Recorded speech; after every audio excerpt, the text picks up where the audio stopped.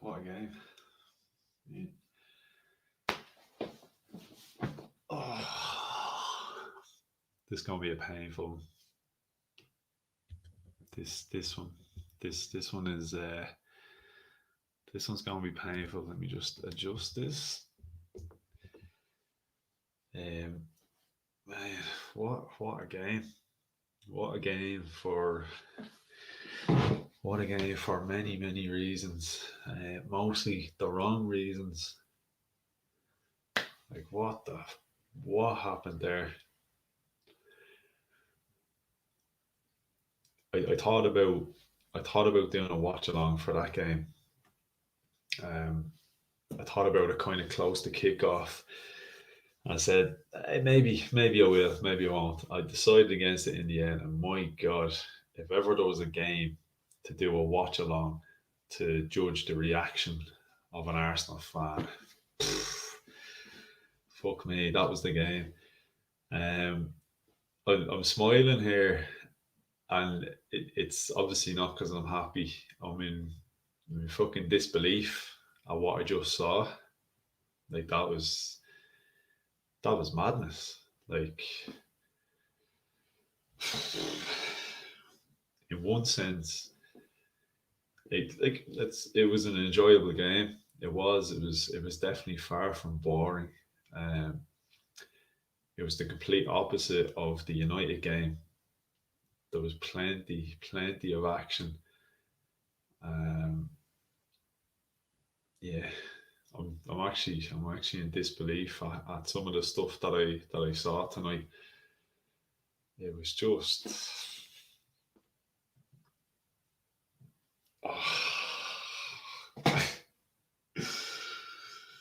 oh, I don't even know. I don't even know where to start. I don't even know where to start with that. Um, like I was confident coming into that game, looking at the lineups before kickoff. I was confident. I felt good. I felt good looking at that team. I did say I did a live on Instagram beforehand, and I did say, look, I feel confident, but at the same time, Wolves are still a team that you've got to show a bit of respect to. They do have the individuals that can hurt you. Traore, Pedro Neto, Moutinho, as we saw. So I definitely wasn't counting them out. Even despite their poor form leading into the game or good form. Look, it was one of those games. It was completely turned on its head by obviously a few big decisions. It's unfortunate that we're on the opposite end of it, but sometimes the likes of a red card can completely spoil a game. And I definitely think that was the case. Now again, look, if it was the other way around, okay, we wouldn't be complaining about it. But definitely, yeah, it was a really good game. I thought up until that point, and I thought Arsenal looked pretty good up until the red card, the David Luiz one, completely flipped the whole game on its head. Before I kind of get into all that, like some of the positives and all that. Um, hey, the assembled. Hey, thanks for joining. That was painful. That was painful to watch. Um, that was painful. And Ashton as well. How's things, Ashton? Yeah, like I said, I thought we started pretty good. I like their energy, from the get go. 2 minutes, 3 minutes into the game, I thought Thomas Partey looks on tonight. Couple of nice passes. It, it was a game definitely for the neutral. It would have been a very enjoyable game to watch. I mean, it had everything. 30 seconds in, Bukayo Saka hits the post. There's a goal that was disallowed. There was two red cards. There was a penalty. There was was it a penalty? Was it not a penalty? There was plenty of action, plenty of drama, and even outside of the drama, I thought it looked a good competitive end to end game. So certainly from a neutral, And even as frustrating as it was for myself, I did enjoy the game itself as a spectacle. Just I'm in disbelief with some of the stuff I saw. But yeah, look, I guess I'll get into the penalty decision.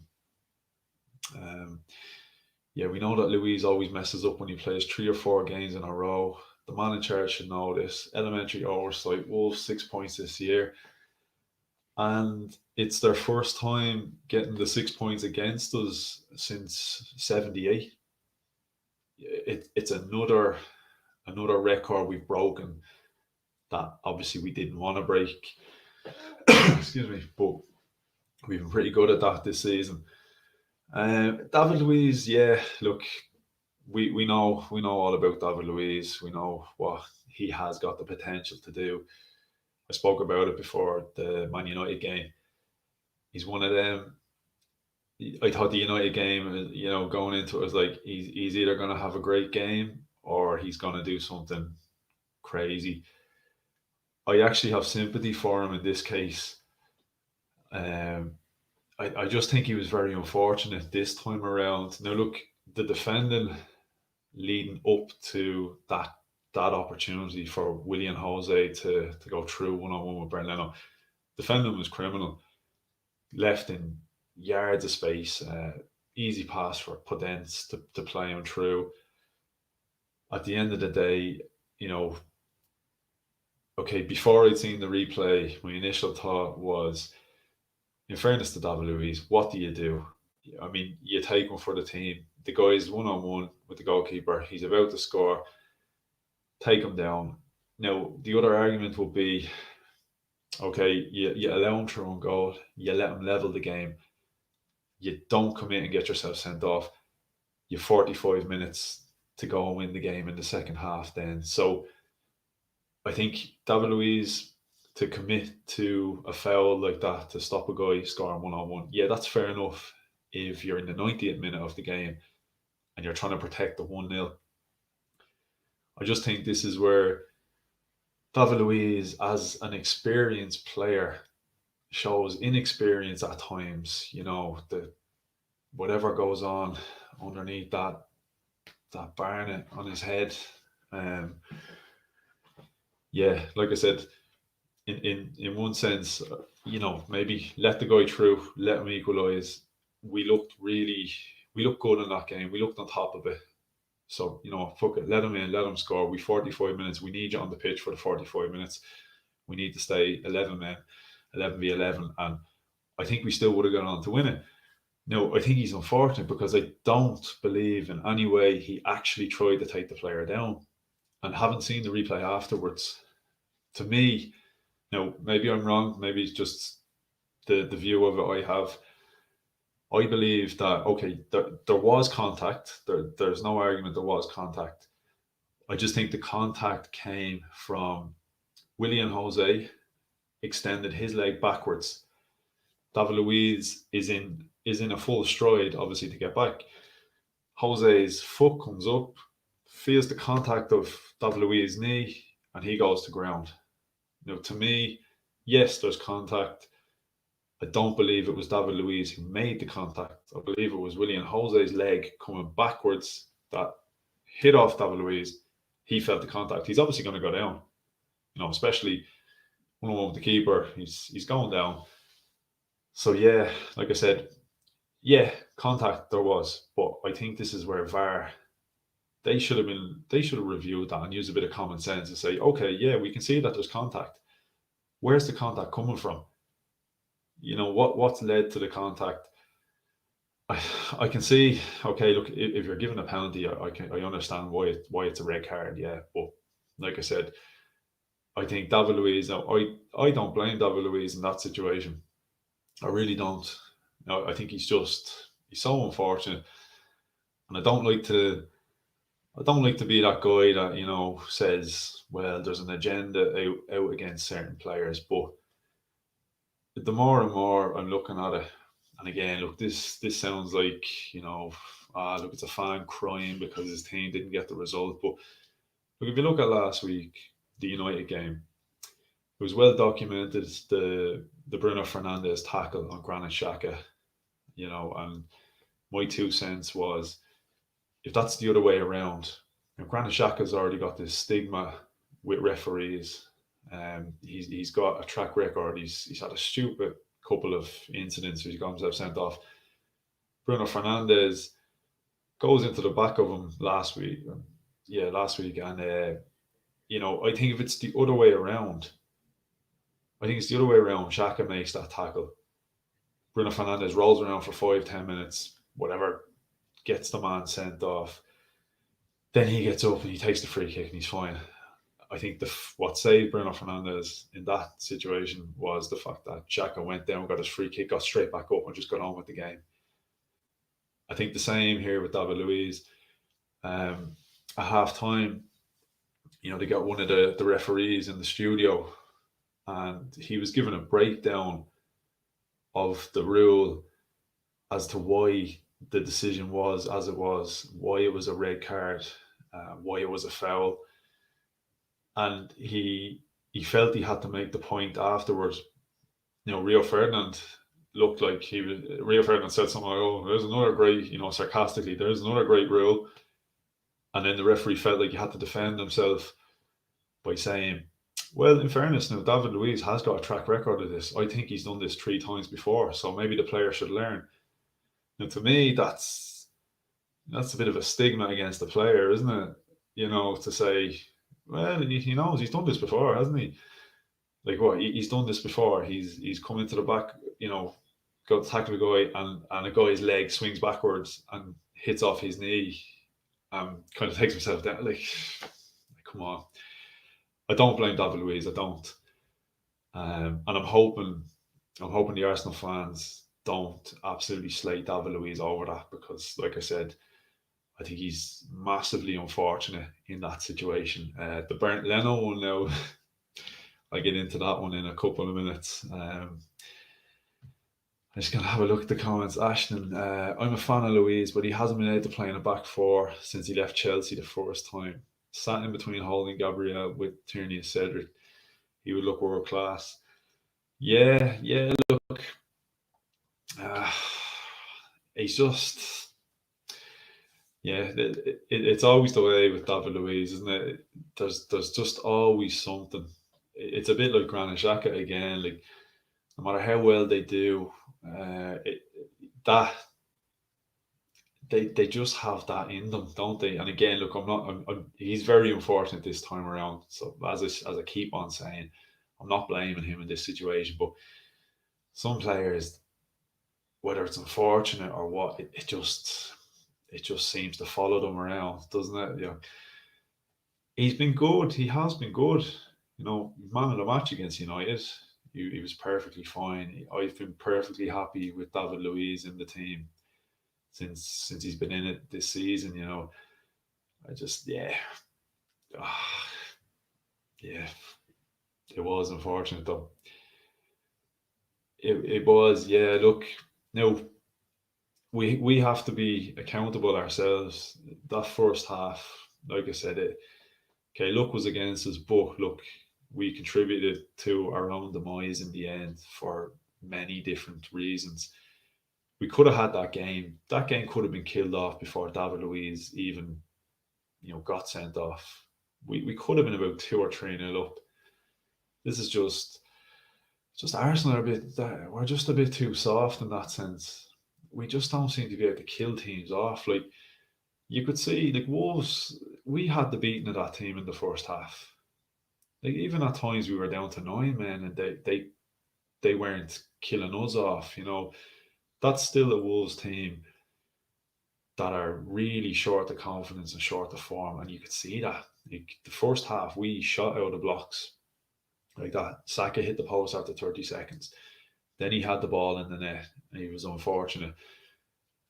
Like, we got ourselves in the lead, and like, we could smell blood, and we just couldn't finish them off. And this is what separates the likes of us and Man City, for example. Man City are ruthless.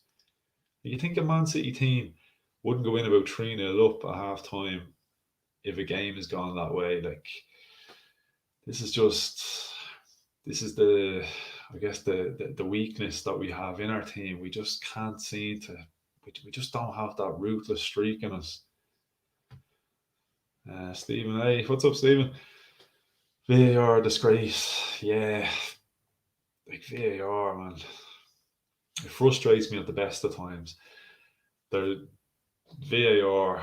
Oh, do you know what? Even when it gets the decision correct, for me, it just spoils everything. It really does. But then it's even more annoying when they review a decision and you can still see that they haven't even corrected it.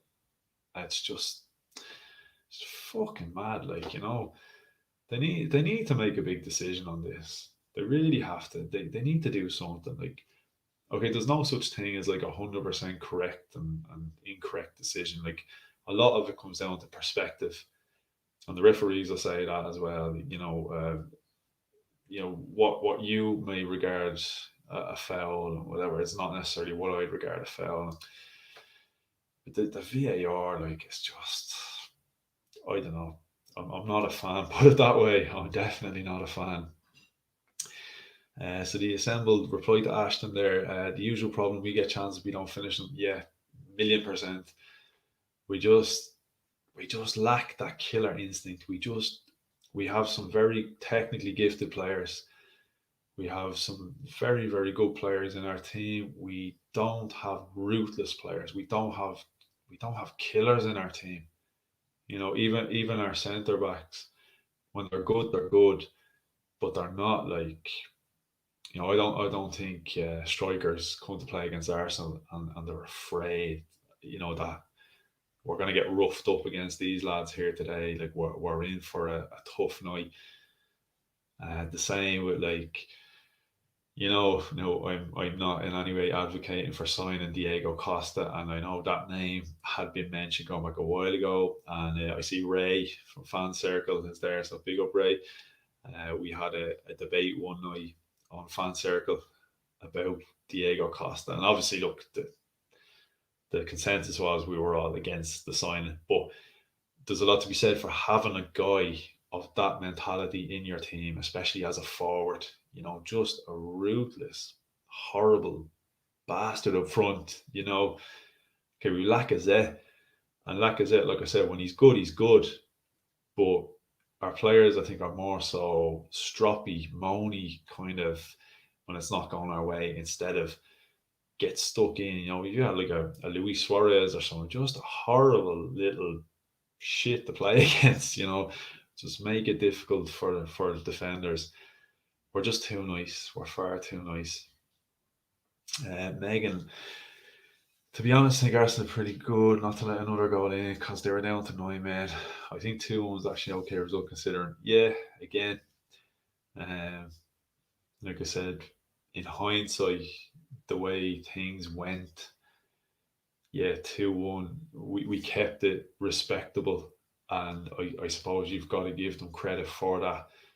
It could have been, it was a shit show already, but that could have been an absolute disaster in the end. Now, it is a disaster in so many senses, but at least as a scoreline, we probably won't lose too much confidence, because if that had gone, down to 9 men, if we had conceded 4 or 5 goals, that's a big rebuild job.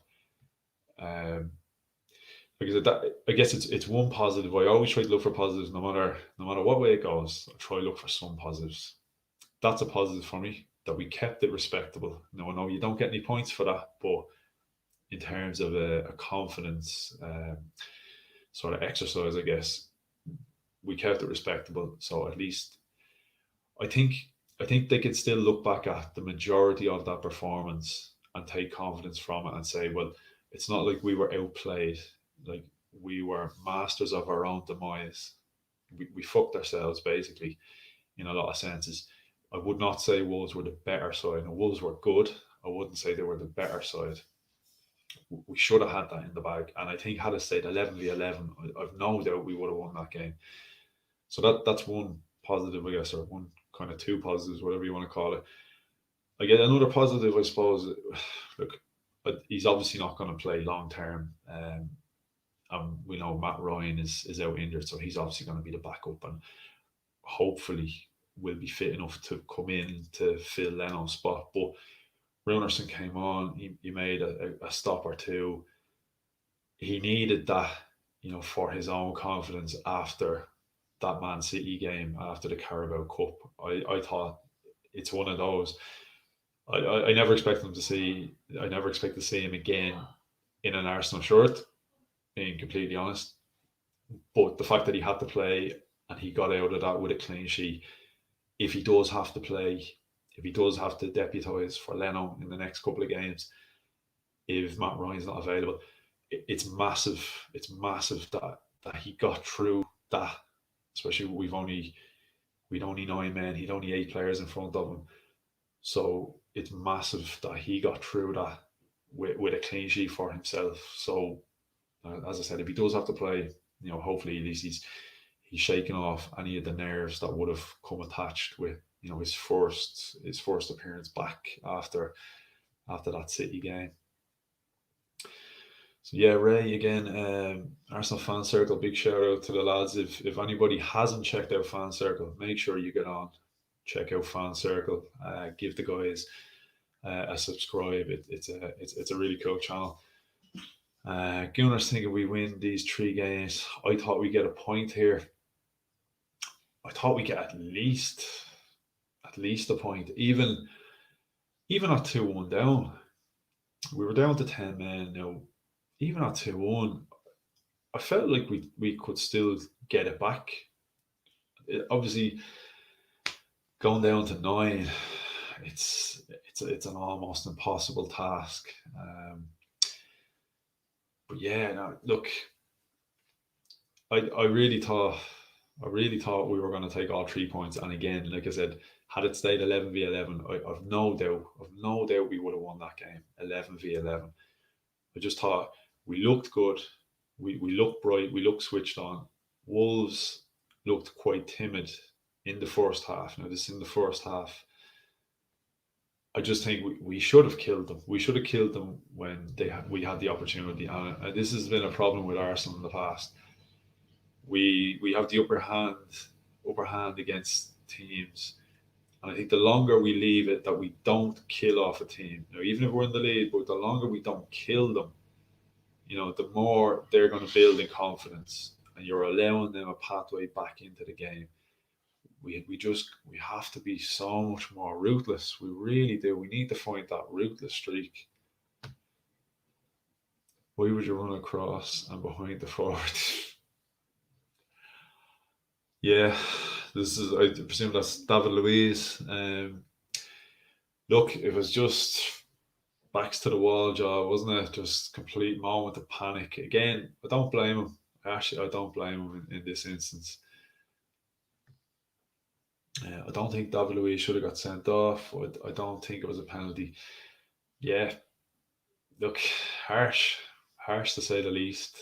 As I said, my take, for anyone who wasn't here at the beginning when I was talking about it, my take was there contact? Yeah, there was contact. Was it intentional? I don't believe so. I don't believe it was.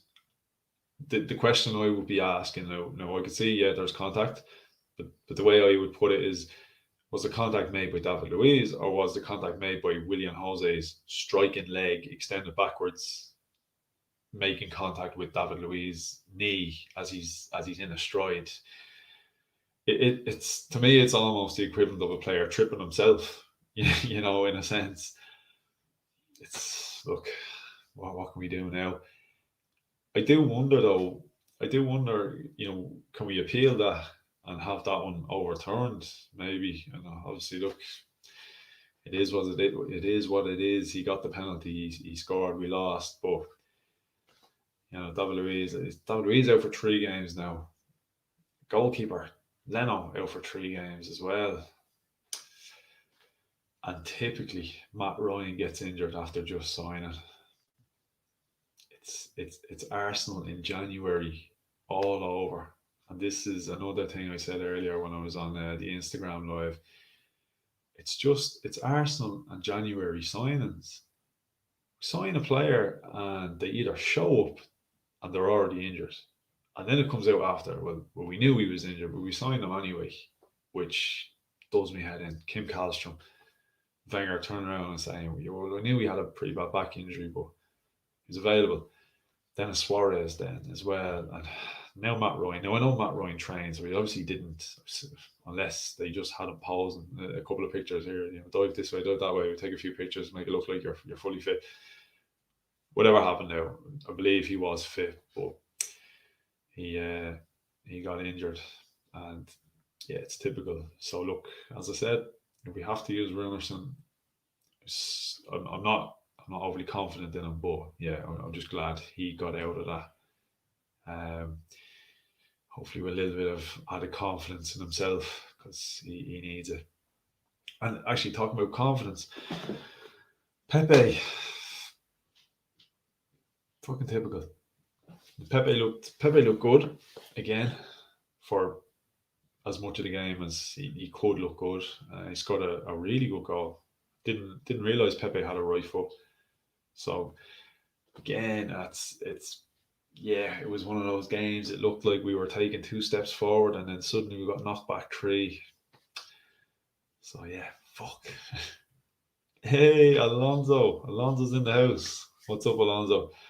Frustrating game, man. Very, very frustrating game. An absolute shit show of a game. Just fucking madness. Absolute madness. And Ray says serial offender David Luiz. Yeah. No, look, I do agree. But as I said, I don't blame him in this instance. He's just so unfortunate. Really was so unfortunate. If he had have gone in and tripped them, and you know what? I think I would have had a little bit of sympathy as well. Like there's a time in a game to do what he did. If he did go in and full on just take the guy out, there's a time to do it. And what I would say, in a critical sense of David Luiz, is for an experienced guy, you would expect, if he was to take a guy out, a goal scoring opportunity that early in a game, like coming up to half time, you'd expect that from a young centre back, not an experienced centre back. Like an experienced centre back might say, "There's no point in me sacrificing myself. We've got another half to play. You need me on the pitch." So yeah, David Luiz, that'll be Mari, Gabriel, and Holding to sort out the centre back position. It's a pity Saliba wasn't here. Perfect time to play him. Louise was unlucky, but he always makes bad decisions. Yeah, well, that's what a lot of it comes down to. It's poor decision making. It really is. We did have Chambers on the bench tonight, so again, I don't know. Is he just on the bench just to sort of fill a space at the moment? Is he actually fit to play if we need him? We might not have any choice. We might just have to throw him on because we've literally got, I think, barring an injury between now and our next game, I think it's Aston Villa. I think it's our next game. I presume it's going to be Holding and Gabriel playing, and then Pablo Mari might be taking a space on the bench just for show, for extreme circumstances. We don't know where he's at in terms of coming back. The thing that's annoying me about the Pablo Mari one is it was said that it was a muscle injury, like a muscle strain. So it was made out that it was only supposed to be a slight injury, but he's been out. What, 3-4 games now. So it's obviously more serious. Yeah, what's up, Gunnar? 96. Arsenal robbed for 3 points. Yeah. But as I said, yeah, I completely agree with you. I think, as I said, I think in a sense we robbed ourselves in a lot of ways as well. Whatever about, I've already spoken about the David Luiz, but I think we have to blame ourselves in a lot of this as well for not killing this game off. No, I think they were 8 games without a win, and this would have been our eighth game without a defeat. The first time they've done a double against us since 1978. But yeah, I do think, despite the fact that we were unlucky in some circumstances, I'm still putting blame on us for not killing it off. We did have our opportunities. So, like, to be fair as well, we should have done more to win away in the Premier League. There's chances, bad moments in the game. Yeah, no, I agree. I agree 100%. As I keep on, I know repeating myself over and over again. But yeah, I think Wolves were there for the taking early in that game. That first maybe half hour, I know we scored I think about maybe 32nd minute. I actually can't remember what it was, but like the first 30-40 minutes, yeah, we should have had that game killed. Like the David Luiz penalty should have been a formality. It shouldn't have. That shouldn't have been what changed the course of the game. Uh, Not in Wolves' favour. Like, going from 96, we dominated the first half. The only bit of criticism you give the boys that they didn't take the chances, but that game was lost on one decision. Yeah, yeah. Like I said at the beginning, sometimes a decision. It was a good game. Like, no matter what way the result went, and I know, like, the decisions were frustrating. As a neutral, I'm sure the neutrals watching that thought, "This is great. This has everything." You had a guy hit the post in 30 seconds. You had a goal disallowed for offside. You had two red cards. You had a penalty call. You had a team take the lead. The team come from behind to win. You had wasn't a penalty. There was so much in it. There was so much in it, and there was some good play, some good end to end football as well. Yeah, we did dominate the first half, and yeah, as I did say, we got to be more ruthless when the opportunity presents itself. You have to be more ruthless. You have to kill it off. I seen a guy speak about it a while ago, about how the game is almost being played in different segments. It's sort of like, kind of like a game of chess. It's like you move, then I move, you move, I move, and basically what he was saying was, it seems to be that it's kind of going in nearly 10 or 15-minute segments where, for example, Arsenal will kind of have their dominant period for about 10-15 minutes. Then they ease up, and then Wolves will kind of have their moments, and then it'll nearly go back again, back and forth, and teams will alternate. And it comes down to, when you get your 10 or 15-minute period of possession, what are you going to do with it? And this is our thing. We've got to make more of it when we get the opportunities. Anthony, Sam and Louise was due to have or Sam said Louise was due to have a moment like this in the Arsenal Fan Circle podcast on Sunday. Yeah, yeah.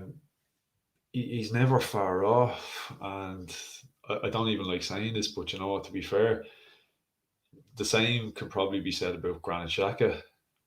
I thought at one point we were going. I thought Xhaka was going to get himself sent off at one point. I think he kind of lunged across at someone, and sorry, I got distracted there. I hear shouting in the other room, and my missus is a United fan, so I presume Man United is taking the lead. So this has fucked my night even more. So yeah. Although, do you know what? As much as I want United to lose, it's probably better they win, because Southampton are up there with us as well.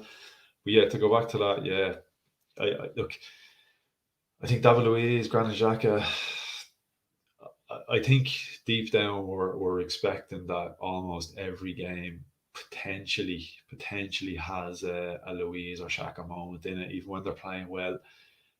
They've always got that potential. It's just whether it's just unfortunate for the player, they just can't seem to escape that bit of unluckiness, or just a lot of it. Look, it comes down to decision making. It comes down to decision making as well. And unfortunately, we've kind of a few too many players in the team that are bad decision makers, especially under pressure. We don't have enough cool heads on the side. And I think a lot of it comes down to, the old argument of, how many leaders have we got on the team? When shit hits the fan and gets difficult, who can you really call on to get you out of a hole? Who can you depend on? Do we have enough of those, winners in our team? Like I said, we've some good technical players. We have some very good, promising youngsters and all. Now I'm not putting this on the youngsters, but Kiyosaka is doing everything in his power to kind of be that guy that kind of G's you up and gets you going. But like, it shouldn't be on the young guys to do it. Like, do we have enough of these guys that can dig us out of a hole? I even looked at the bench earlier and I said, you know what, on paper, that's a strong bench, but like Aubameyang and that again, like, okay, no, this is totally nothing to do with Aubameyang coming on now, because what could he do at this stage? But again, it's like, is he that type of player that, if we really, really need something from a game, it's not going our way, is he that type of mentality that he's going to come on and change it? Of course, if he gets an opportunity, he'd take it and he might score, but like, just don't have that. I keep calling it the killer instinct. Yeah, they had won 8 games, yeah, and that's the sickener about it, because they were there for the taking. That should have been our eighth game without a defeat, instead of them coming in 8 games out of win, and then they got one. We bottled it. We definitely did. That worried me when I saw their eight without a win. Yeah, well, that's a look. I did take that into consideration. Like, I won't write a team off just because they have a poor record. I mean, like, you look at Sheffield United against Man United there last week. Yeah, I can understand the argument of like a team is dangerous regardless. Like, you've got to give a certain amount of respect. It's the Premier League at the end of the day. On the night, anyone can be anybody. It's just the league we're in. But yeah, I could see. I could see in that first half, Wolves were a team that hadn't got a win for 8 games. I could tell. You can even see Adama Traore. I always go on about how dangerous he is, but like, the guy has no goals, no assists all season. So you look at him statistically and you go, yeah, we managed. And then you see what he did against us tonight, and he was causing all sorts of hassle. Now, he didn't score. I don't think he got any assists around tonight. No, he didn't, because one was obviously a penalty, and I don't know who played the ball to Matinho, so I don't know who technically got the assist for that. But yeah, statistically, you're saying, yeah, he'd be okay. No goals, no assists. But man, he was, especially when we went down the extra man, he was causing chaos. Sorry, but Luis did nothing wrong this game. Feet made contact with Jose's knee. What was Luis supposed to do? Stop chasing the player, yeah, and let him through and go. Yeah, agree with you. Definitely agree with you. As I said, the only, trying to play both sides here. I do agree in large with that. The only thing I could say, and not everyone would agree, because I could see the argument for a lot of people saying, well, don't let the guy score. Do whatever you have to do in your power to take him out. Yeah, take him out, and make sure, at least the penalty is a 50-50 then.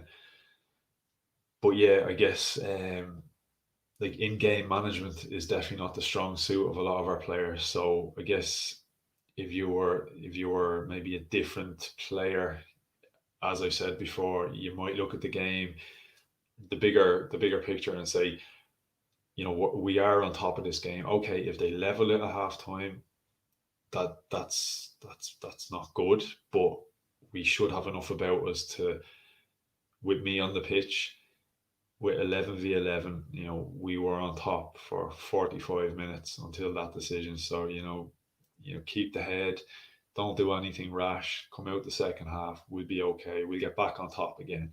Let them have their little bit of momentum here, but, we'll squash that in the second half. So it's that in-game management. Definitely, I think the in-game management, the decision making, poor decision making, it just frustrates me, because I could let it go if it was a younger player. But like this is a 33-year-old centre back, been there, done that.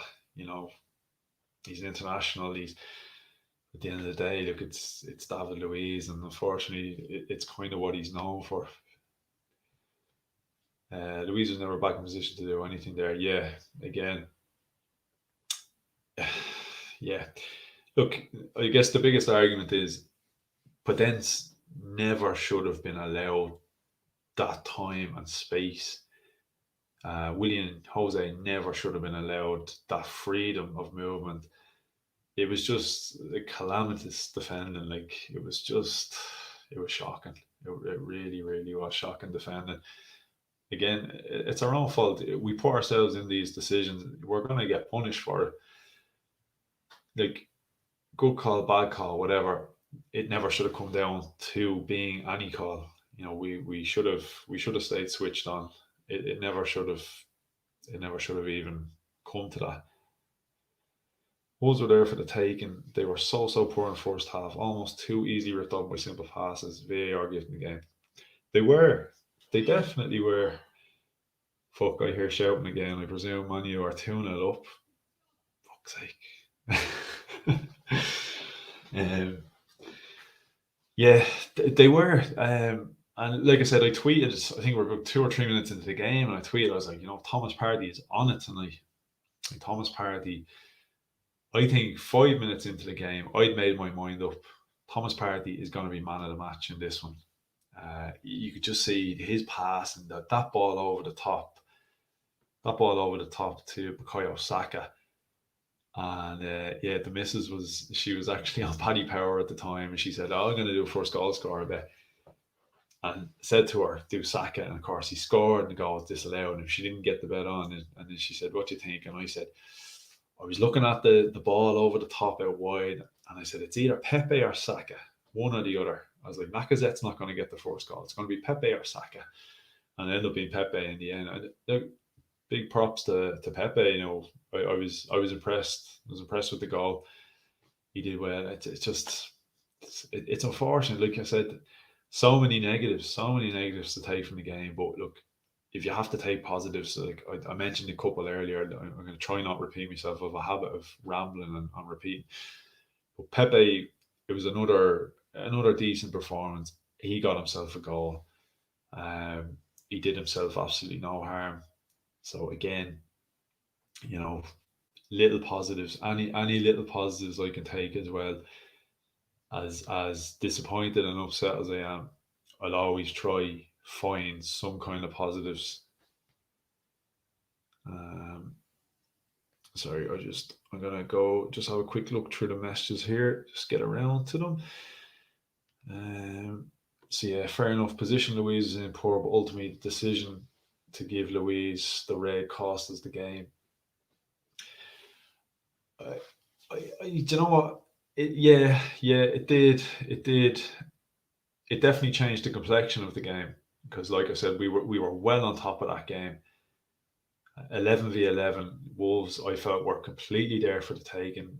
The way we were playing, I felt they were completely there for the taking.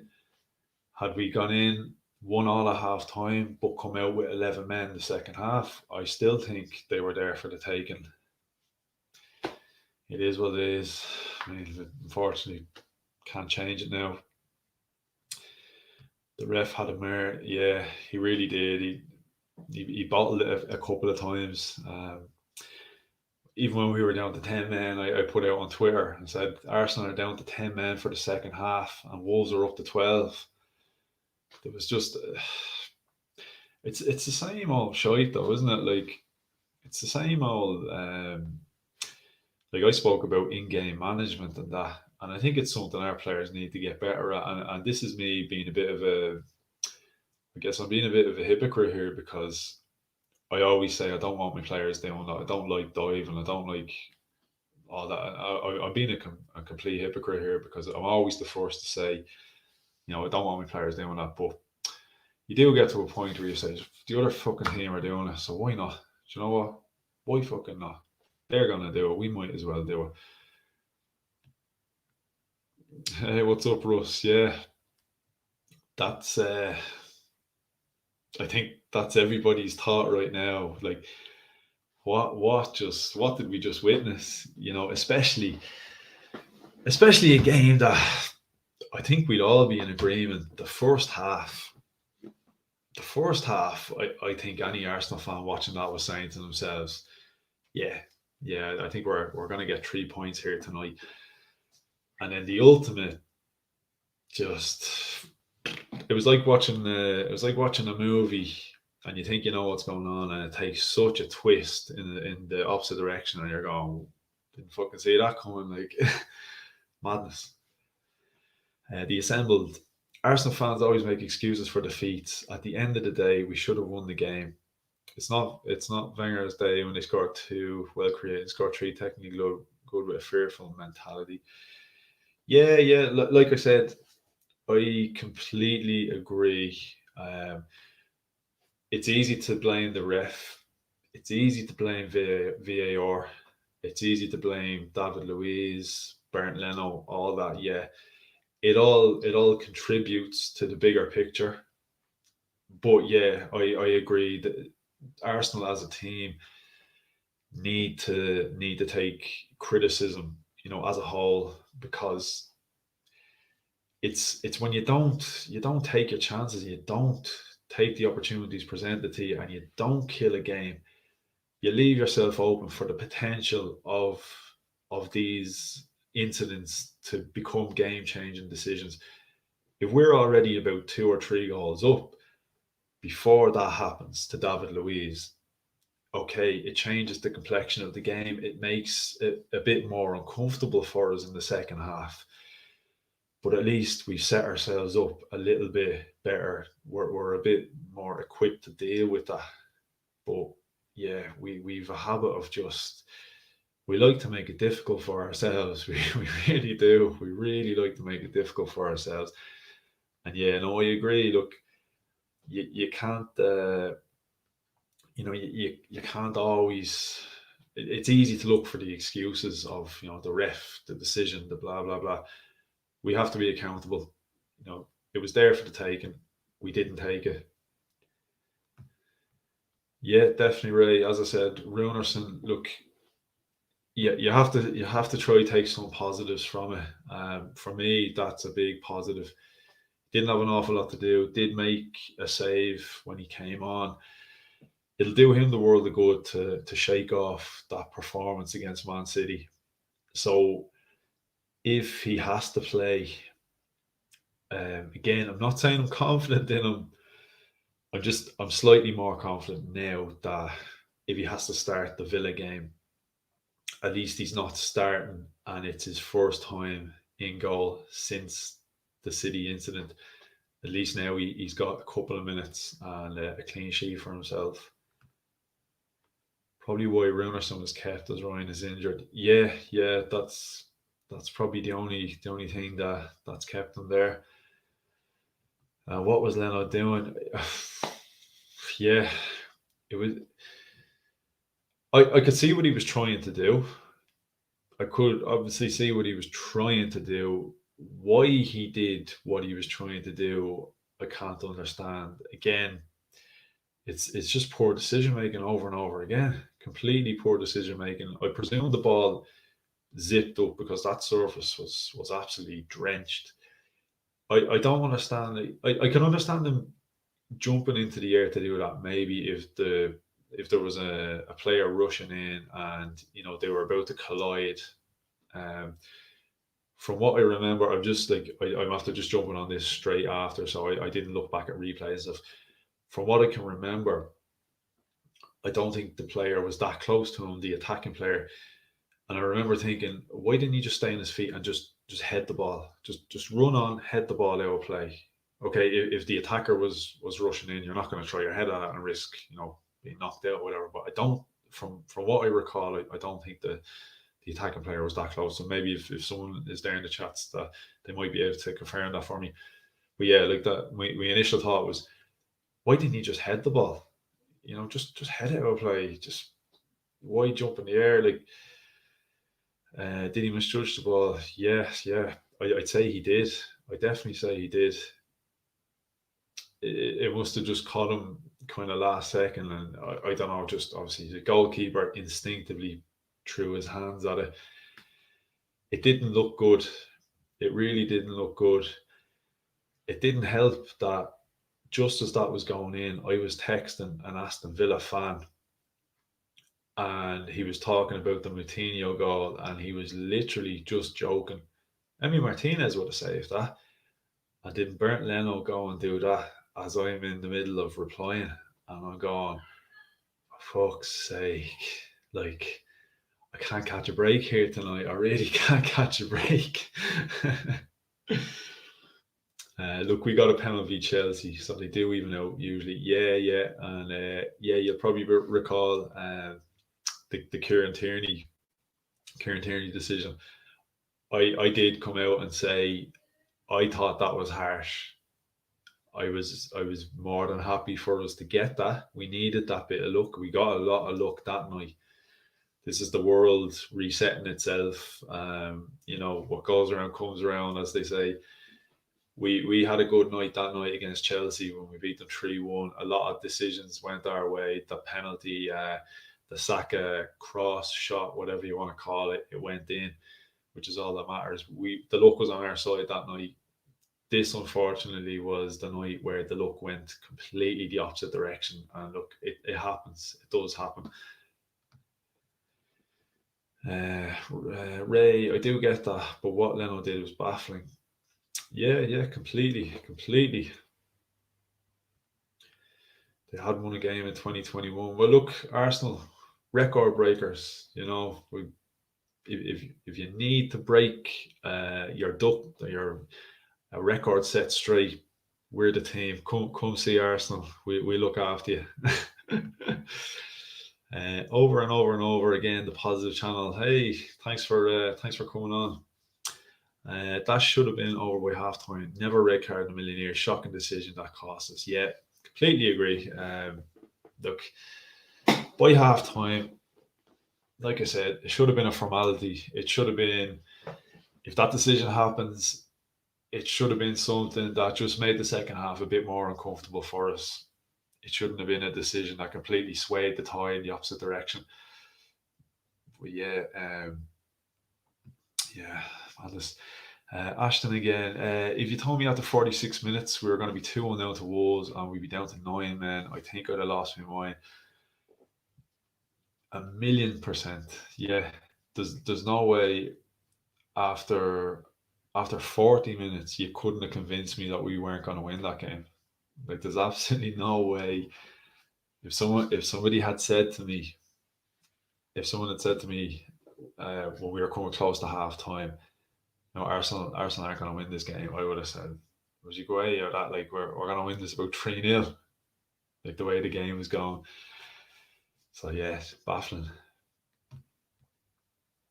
Hey, Gary's in the chat. How's things, Gary? Arsenal fell asleep, 43 minutes left on the clock. That's all it takes. Exactly. That's it. Just, you can play brilliant football for 43 minutes. You've only got to switch off once and you completely cost you the game. And again, it's an Arsenal team not being switched on, losing concentration, losing the head. It's sort of what we do. This wasn't a Louise moment. That's harsh. Be nice, Ray. Yeah. Definitely. As I said, I'm not blaming Louise on this one. Wan-Bissaka scores. Yeah, I think that must have been the first goal. Funny enough, it was Wan-Bissaka score because there was a lot of obviously with the United Arsenal game there, with the previews and things that we did, and that was one of the questions I was asked. If there was a player from the opposition team you could take, who would you take? And I said I was thinking logically. I was kind of going, instead of the obvious like Rashford and Fernandes, I was sort of saying, where would I like to improve Arsenal? And I looked at the right back position, and I picked Wan-Bissaka. And then when I had the guys on for the transfer deadline show, I think it was Pat. I think it was a Spurs fan. We were asking, if you take any Premier League player, and again, he was looking at the right back position because he's not a fan of Serge Aurier, and Matt Doherty's not doing the business too much for them, and he picked Wan-Bissaka. So it was written in the stars, wasn't it, that Wan-Bissaka was gonna turn up. So Ray, Louise is at fault. Sorry. Yeah, look, it's it's definitely going to be one for debate. I can see arguments both sides. I definitely can. And Pat, there you are. Just mentioning you. Just giving you a little shout out there, Pat. Finally, Arsenal slip up. Yeah, 100%. Look, it's I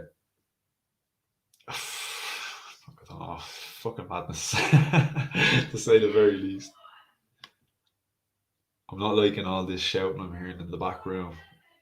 As I said, do you know what? I'm gonna check flash score real quick. I need to see what's going on. Oh my god, are you serious? United are 4-0 up. Oh Jesus. I suppose at least the missus is gonna be happy tonight. So there'll be no moaning. I'll be the one doing all the moaning in the house tonight. So Holding was drawn to pretense, and he had to. Yeah, again, it just completely switched off defending. Completely switched off defending.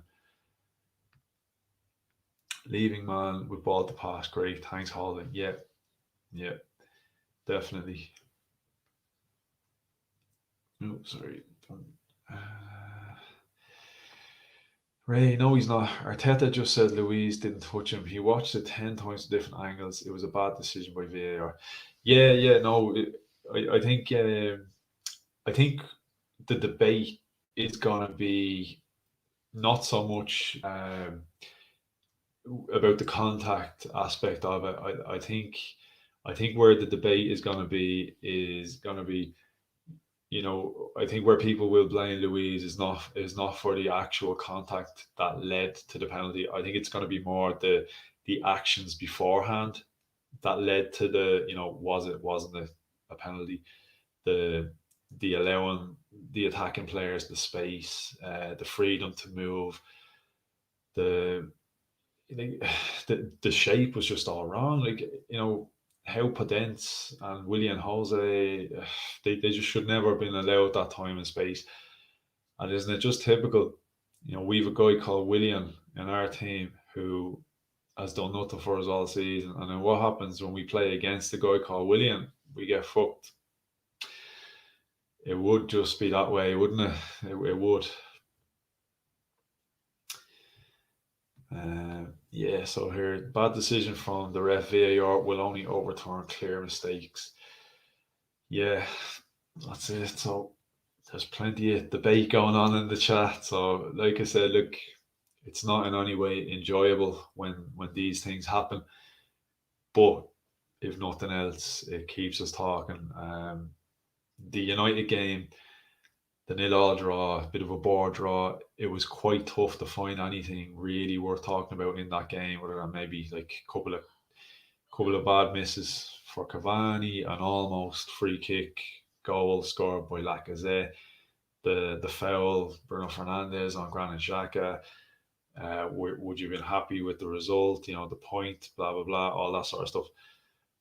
Not an awful lot of content outside of that. Now, this game is the complete opposite. It's a total contrast. So, not too much to talk about in the last game.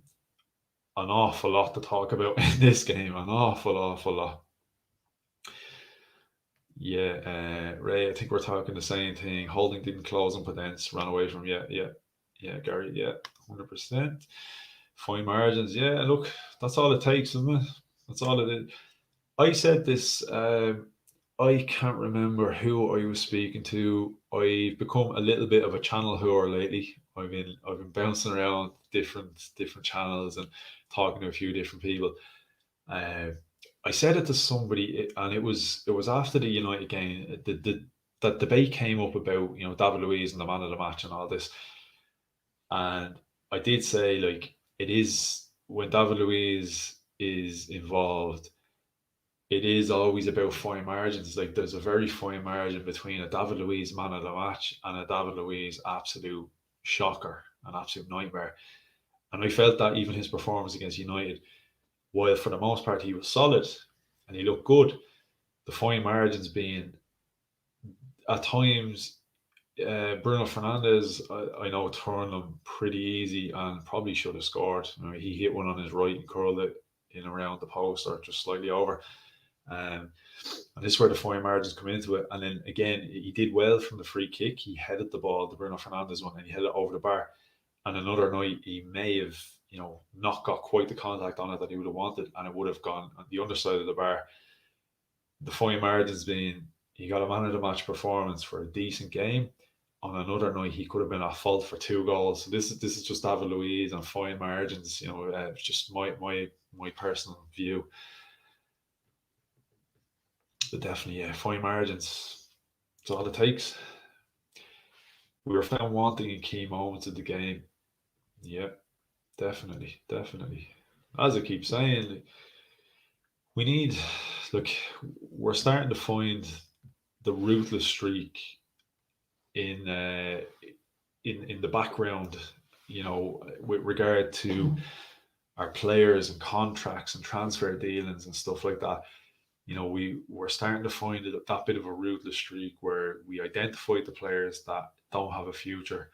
We identify the players that we need to get off the books, and we found a way of doing it. Okay, we paid them off. We terminated the contracts. We were ruthless, though. They knew they had no future. It's time to go. Some of the young players, Maitland Niles, Joe Willock, whether you rate them, don't rate them. The club were ruthless enough to say, they found loan deals for them. Okay, they got them out there. I think for too long, like we would have held on to these guys and they would have just kind of taken up a spot in the squad and they would have got minutes here and there. We were ruthless enough to just say, look, you have to get out there and play. Now it's time for us to be ruthless on the pitch. We're getting it in the background. It's time for that to transfer over onto the pitch. Arsenal have the same decisions as everyone else. We need to stop saying it was this or that, why we never won. The fact remains we learn nothing when we lose and do the same game in, game out. And that is true. Like I said, for me, when it comes to that, bad decision making and not learning from mistakes. That's one thing. If it's young players doing it, you can kind of forgive mistakes from young players. The part that annoys me about it is when stuff like that happens, it's generally our experienced players that are the main culprits, as in David Luiz, Granit Xhaka. I picked the easy names there, but we've seen it in the past from those guys, especially the leaders in the team, the experienced guys, international players. Your leaders in the dressing room, and they're the guys that seem to make these mistakes. If it was the young players doing it, you'd be expecting you make these mistakes once, maybe twice. And then those guys, Shaq and Louise, and all, that's where they step in and say, "Hey, look, this is where you've gone wrong. You need to sort it out." Unfortunately for us, it is the experienced players that you're depending on to be pulling people up. You depend on these guys to be the ones to turn around and say to guys, "Look, this is where you went wrong. This is how you fix it. This is what you do in this situation." They're the guys making the mistakes, and that's just it's a recipe for disaster.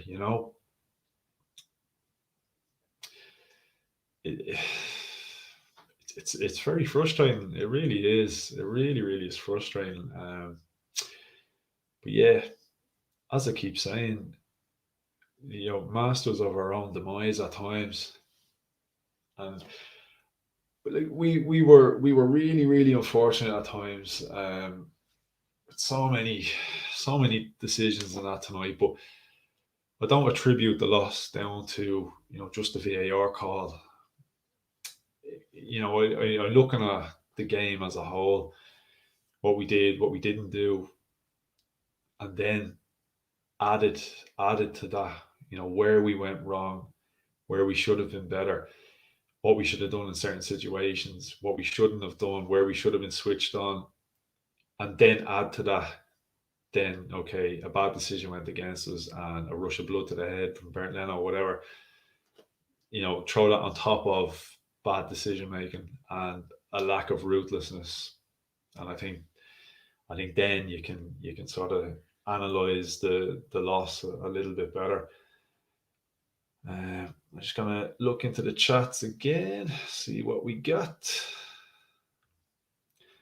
Jesus, there's actually a fair play to everybody here that's come on, and I'm very slow getting around to the chats. I know I'm doing a lot of waffling, especially when you're doing this solo. I think you tend to waffle even more because like that you're here by yourself, and I've no one to tell me to shut up. I've no one to get in and give another point. So I think I'm trying to overemphasize a lot of points as well, just to keep the content going. But no, look, really appreciate there's a lot of chats coming in. I'm sorry, I'm slow getting around to them as well. Like I said, I didn't realize how many chats were actually there. So this will tell you how far behind I am. There's Gary, OG United 3 up now, but I think it's actually 4 now, is it? Let me double check. Yeah, 4-0 half time. And Newcastle are 2-1 down to Crystal Palace. So the live table at the moment, where are we now? We are still in 10th. We're still in 10th. But yeah, we played 22 games now. We played 22 games. Leeds are just behind us. Leeds have played 20. Aston Villa, Everton, Chelsea, Tottenham, West Ham, all in front of us have all played 19, 21, 20. So yeah, like we could find ourselves slipping back down again. Even if we find a bit of form again and we start picking up points, it's the fact that a lot of these teams have a lot of games to play. He shouldn't be doing that. No leadership is why he had to do that. Yeah. Again, like I said, 100%. It just not enough leaders, not enough of these like strong influences in the side. That we same old story. Like we've been lacking for so long. Mike Dean outdoing himself by giving a red card within 90 seconds. Jesus. Gunnar Q, can I come on? Yeah, are you still in the chat? If you're still in the chat, yeah, 100%. I'll double check. Yeah, throw a comment in there. Do you know what I'll do? I'll just bounce on to Twitter here. You just give me 2 seconds.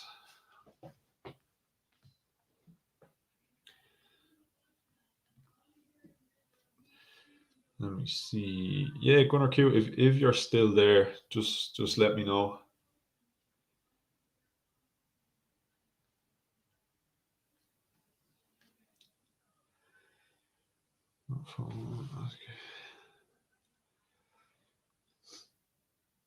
Yeah, sorry. Like I said, you probably asked me that ages ago.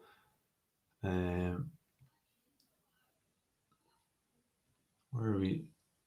Yeah, sorry. That was nearly 15 minutes ago. Sorry. That'll tell you how far behind I am. If you are still in the chat though, yeah, just throw me in another message and I'll get a link over. Yeah, it'll be great to have you on. Actually, just while I'm here, I have this heater on behind me. I'm going to turn it off. It's scalding the arse off me.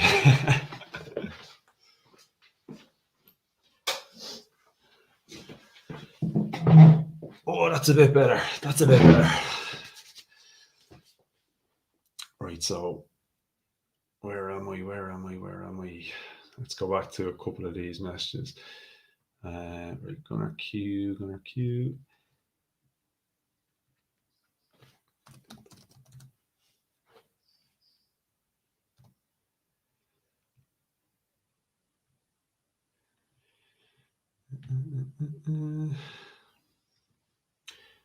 Four to United. Again, that's me. I'm miles behind here. Yeah, again, 4-0 up. Yeah, Gary, you blame Louise for positioning, then you have to blame Holden too. They're telling them, yeah, completely agree with you. You have to look. this is, I think, where lack of communication comes in as well. Like the guys need to have that understanding and that communication, especially, you know, if you're gonna go out of position to go to a certain spot, the other guy needs to know. He needs to have the awareness, and as I said, you got to communicate between yourselves. And, one picks up the space that the other one leaves. It's just like I said, that it's the organization, and this is where when you're lacking the leaders and the organizers in the team, we just don't have enough. We really don't have enough. United are a year ahead of us, so it's tough to compete with them. And the kick for United coming up.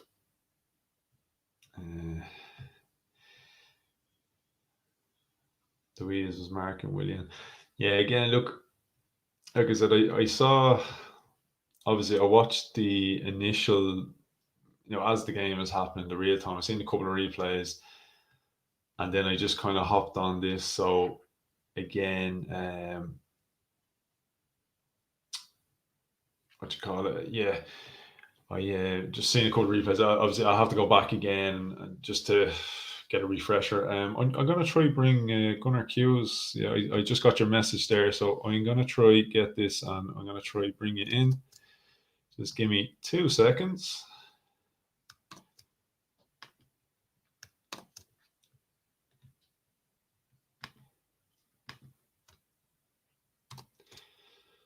Lads, just bear with me a sec.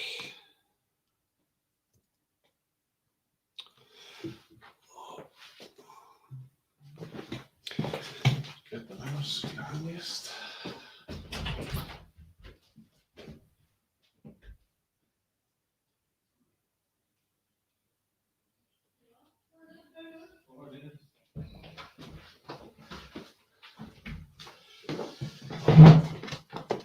Oh, where did I put that thing? Sorry, lads. Apologies for leaving the stream there for a sec. Just, you know what? I have like 100 things sitting on this desk here. And then trying to find the bits and pieces that I need is not always easy.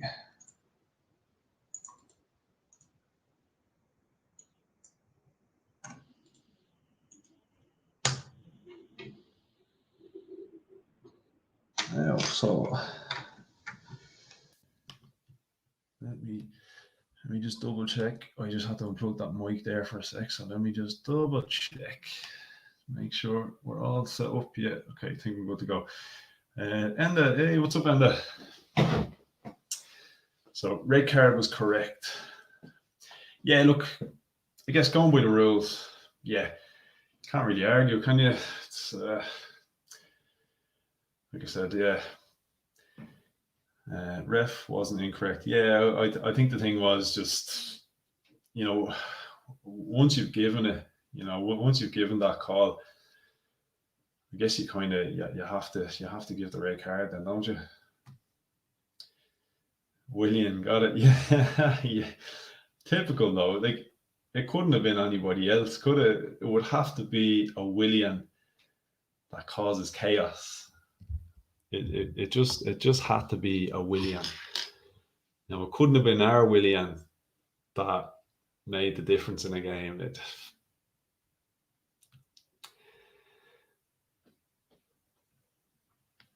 Arteta needs time. Yeah, look, that's I've been saying that for a long, long time.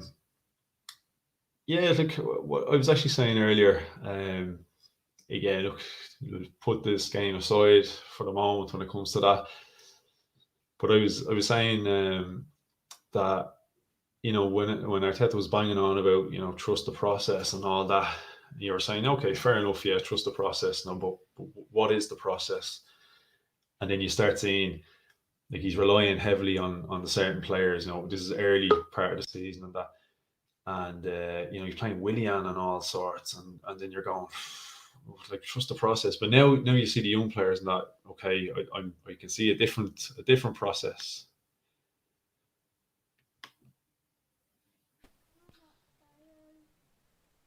Hey, how things? You there? Hello, can you hear me properly? I can hear you. How's things? Oh, bad. Not good. Not good, not good. Not good. So, what did you make of that tonight? The first half was really good. I, I was actually quite surprised. That was proper like Arteta's philosophy of play from the back and going up and down. But then the red card, man, that's never red card. Yeah, yeah. It was a It's a tough one. clear penalty, and there's no doubt about that. Yeah, but that's a red. It's annoying, man. Did you think you thought it was a penalty? Did you think Louise made contact? No, it's just the follow through. If you look at the video carefully, Luis is coming towards the ball, and he's Yeah. trying to he's pulling out the challenge as much as he can. But it's just the referee and he's got agenda on us. Yeah, I think so, and that's something I said earlier. I think a lot of players have that stigma about them. Even when they cut to the referee in the studio, when Rio Ferdinand kind of questioned the decision, and he Yeah, did the referee say, I was think this is like, David Luiz's third time to do this, so I think they have it out for a couple of players. but then if you look at after the game, John Terry, he has said himself that it's not never a red card and all Yeah, that and everyone. But I guess the rule will change now because it's happened to us now, so 100% the rule is gonna change. yeah, yeah, that's it. I look, it's one of those. Sometimes you get the luck on your side, sometimes it goes against you. And unfortunately, it was our turn, wasn't it? Yeah, but I think this is the turning point for us now. We need to sit like as a team, sit together and think that this is the time where we really focus and really think ahead because it's still a long way to go. There's what 16, 17 games left of the season. Yeah, There's still a long way to go. This is just, man.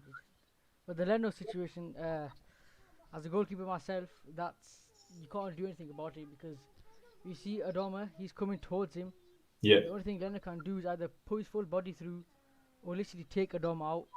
mm, Because by the time he gets to the ball, he has to use his hands. But if you see his hands come back in, like straight away, yeah. so that's for me that's a bit harsh as well. But Would, then would after would you the say that it was just instinct being a yeah, goalkeeper? He yeah, used his because hands. as a goalkeeper myself, you don't have a decision to make. It's just there and then. Like Yeah, it's hard. Them decisions.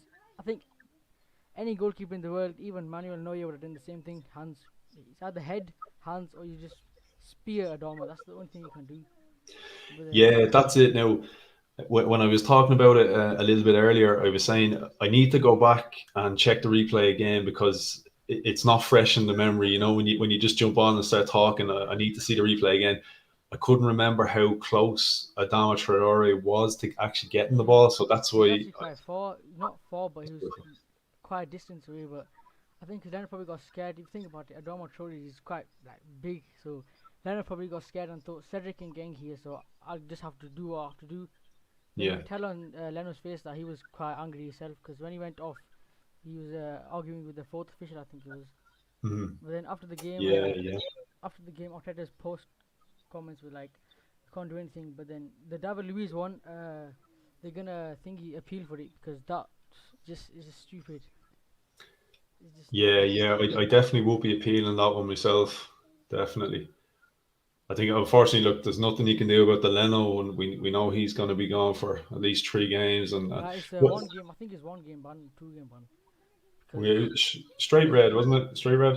yeah, straight it's two games. No, normally three, isn't it? No, three is if you be violent after you know when you get the red card and you start like speaking up to the referee, and Yeah, yeah. that's 3 games. Oh, okay. I've seen the rules as well, and the law is 2 game ban. Yeah, you know what? With all this with VAR and the rules keep changing, it's hard to keep up to date Yeah. with what's going on. Actually, look, while I have you here, you being a goalkeeper yourself, what do you make of the new addition, Matt Ryan? Oh, I used to watch a lot of Brighton because he's like one of the goalkeepers I looked up to because he's quite small. Yeah, I think he's the smallest goalkeeper in the Premier League so far, and I'm quite small myself, so I yeah, looked yeah, up to him, and he's actually quite good. He's got good like a dive about him, so he got good diving. He got good timing as well, and yeah. also he's got good feet about him, and he's got good range with his passing and his long balls and goal kicks. So I think it's really a positive move for Arsenal, but I just don't get how he's already injured. Yeah, it's He it's doesn't. typical Arsenal, isn't it? Typical Arsenal in January. It's just I think we should have got rid of Renison straight away as soon as we signed him. That after that City game, He should have Yeah. honestly. He should have been gone. He didn't deserve. It's annoying, man. Yeah, well, look, I suppose I'm a little bit more thankful for Runerson tonight. Yeah, I mean, he when he came on, he did make a good save. I don't know if the net one. That Yeah, was actually quite a decent save, but exactly. I think I think because now he has Matt Ryan and Leno with him. I think he will learn from these mistakes, and I'm sure he will become a good goalkeeper in the future. But not right now. He's not. He doesn't deserve a place in this team at all. Yeah, I think the only worrying thing about Runerson and like that, he might learn, but he's 25 at the moment, isn't he? So again, look, I'm no goalkeeper, but I don't know. Maybe you might know better than I would. But at that stage, as a goalkeeper, are you almost pretty much developed? Can you still change your game? Yeah, you can. I mean, if you look at the best goalkeepers right now, no one's perfect in goalkeeping. There's Yeah, not one goalkeeper that we can say hands up, best goalkeeper. That's he's done everything. yeah, Every game there will be a fault, and every game at the end of the game, the goalkeeper will most likely sit down and say, "I've done this tonight. I've done this. I'm gonna have to sort it out." But Ronison, he's not ready. I don't think he's ready. It's just that's the yeah. real thing. He's not ready for a goalkeeper. It, Get it was it was developed. a big step, a very big step to come Yeah. from what was his second choice at Dijon to come into Arsenal. I know he's not number one, but like that's a big jump. It's very big game. But there was a start after the game that I was very interested by. That 4 times Craig Paulson has refereed the game for Arsenal. We've never won the game. Are you serious? I Yeah, I'm wasn't serious. aware. The last 4 times he's managed refereed the game, we've never ever won. We've never won. Do you know? One stat I did We see just never that won. I wasn't happy about. I think this is the first time, is it in 18 appearances with Emil Smith Rowe that we Yeah, we've haven't lost. won the Yeah, game. we've lost. Yeah. So there, look, First that's time a Wolves have done the double overs. I think for about 23 years or something like that. yeah. 78. Yeah, 78 was the last time. Yeah. man. Look, we're good at breaking He's breaking records the this wrong. season. Yeah, he's breaking the wrong records, man. Yeah, He's unfortunately, yeah, really. that's the thing. That is the thing. But we can't blame Leno. We can't blame Arteta because he put out the strongest team we possibly had. Yeah, We no, I cannot. agree. No one, even I'm Arteta out since the day he came in. 'Cause he's Hmm. inexperienced. He's just been behind Pep, but he can't really like. He's not a manager. But he's just been off Pep. Just he's been a coaching part of his coaching staff. Yeah, So he's not. We should have gone for more experience, like a Allegri or something like that. yeah, But I agree. I thought personally I would have liked him to go maybe, as they say, cut his teeth elsewhere. Maybe do a bit of time, even in the championship or something. It's just nice to have a guy as long come as in he's and got get full anywhere, control. even if it's back in After Spain or something. exactly, Yeah, exactly. Like, because I think it was a panic decision because there was no.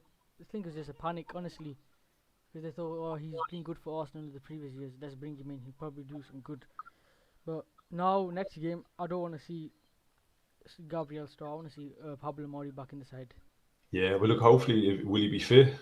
He no he I think he is fit. He was training as well. But is the Yeah. truth is that we can't pay.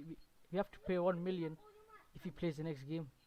Yeah, for every 10 games, we owe I a think million to Kroenke is probably. Flamengo. I think yeah, Kroenke is probably like forget this. I don't want to pay that. That's the that, thing with that our owners. that is a bit of a running joke that we had on one of the group chats. It was funny timing that Pablo was playing every game and he was grand, and then all of a sudden our first installment is due and he gets himself injured. Yeah, have you seen Granit Xhaka's recent Instagram post? No, It's on Twitter. I'll send you right now. It's yeah, absolutely so funny. yeah. Hey, while you're there, I'm gonna have a quick run through the message. You can see this, can you? Yeah, yeah, I can see it. Yeah. So right, I'll let you. You can bang away a few of these messages here. Um, let me see. Let me see what we have. Actually, as you're just saying that, Out and Out Gunners, big up Dave, Out and Out Gunners podcast. Check out Xhaka's Insta post. I've sent to you on Twitter. Okay, let me have a look at this here now. Oh, it's not that. There's another one. He's got an image pointing at the referee saying, "What was it? fuming, frustrated. No, what was it gonna really out? You have having to go at the ref basically. Yeah, he's basically throwing shots, as they say. Yeah, and you know what? That's not going to be good because that's just going to put the eyes on him now with the FA. Yeah, but he's one of them ones, isn't he? Like he did do the right thing, he did do the wrong thing. It's just frustration. Even David Luiz on his, he put the Yeah. couple of angry emojis. Yeah. Oh, I can understand. Yeah, completely. Oh, hang But on what do you there. make of the new signing? Not new signing, the new loan signing, as we call loan FC, Odegaard. Do you think The he's a new good loan signing? set. Yeah. No, look, I'm happy. I'm happy. I'm happy with the signings. I'm happy with the direction that they went. I think they're clever signings. You're not overcommitting. Yeah, but I think that we can sign both Ceballos and Odegaard because of the financial situation in Spain right now. That some clubs are losing out, so there is a possibility that we can sign both of them if we are very clever with our business.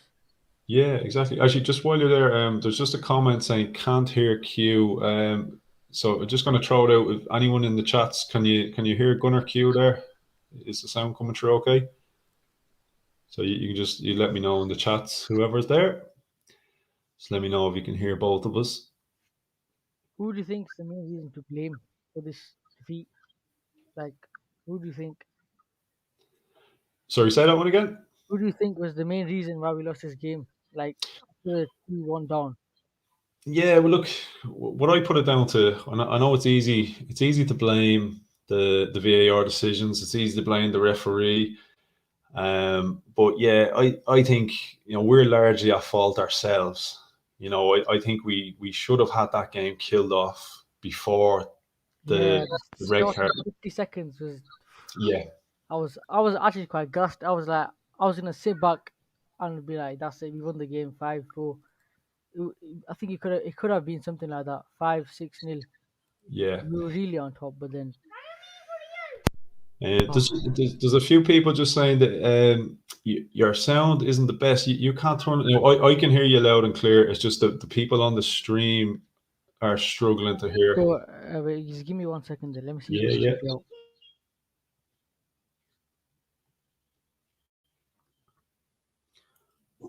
Can you Yeah, hear me we try to better? get that sound. Yeah, I can hear you loud and clear. So anyone in the chats, you can hear Gunnar Q there. So this 7-run game that we won, I was quite impressed with our performances. Yeah. Oh yeah. No, 100%. You can definitely you can I see can the see an direction. improvement. Yeah. I can see a positive improvement, but yeah. Oh, right, I'm very low now. Shaka's Sorry, this is a tough crowd here. They're hard to please. yeah, but Xhaka's has changed his post now. He's not done it at the referee anymore. He's probably knows. But I think that the decision for what's it called? Uh, the decision for the decision of David Luiz will get overturned 100%. I'm sure. Yeah, yeah, I think so. I think so. It'd be And then the crazy rule will because get changed. Yeah, yeah, then the rule will be changed now because it's Arsenal, isn't it? So why mhm. not? Yeah, it'd be a crazy one now if that stands. Here we go. For There's what? a the comeback is on. The Comeback is comeback on. is on.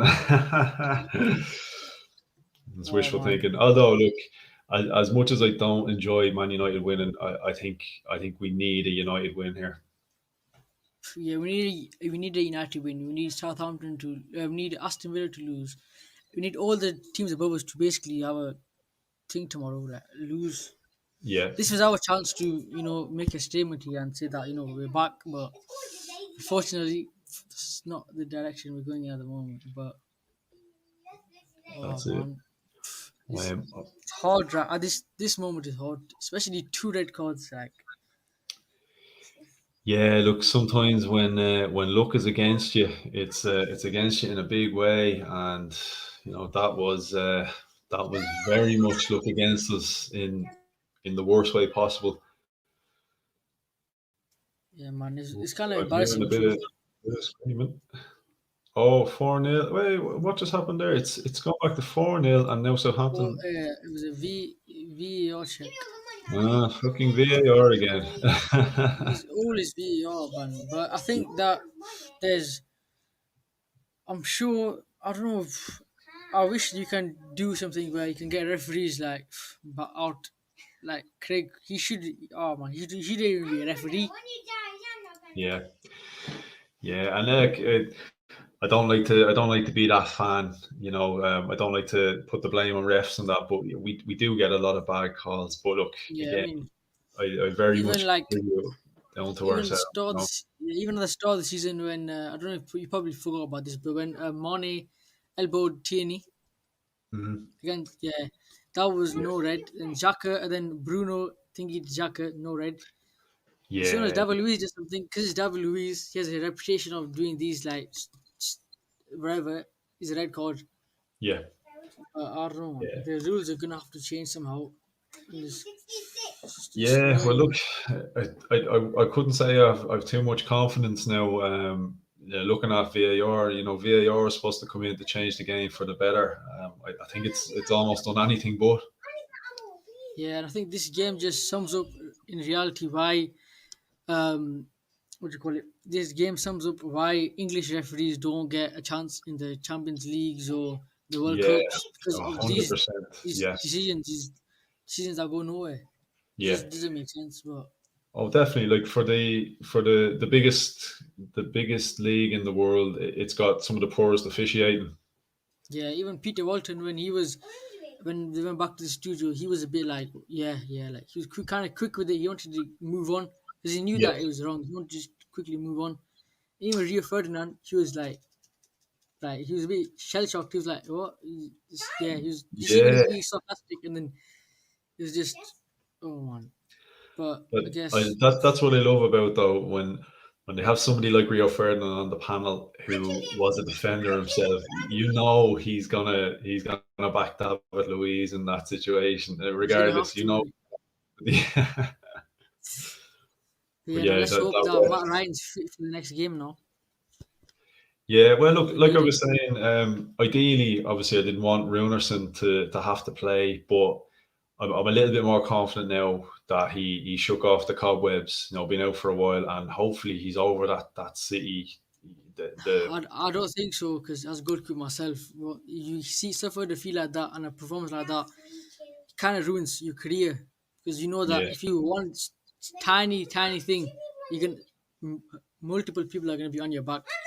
That's yeah, like and a it must be it's like something that stays with you for a long time if you make a yeah, bad mistake like it's an that. emotional score on your body. So as Yeah, soon as you do one little thing, the full world's gonna turn on you and it's gonna be all about you.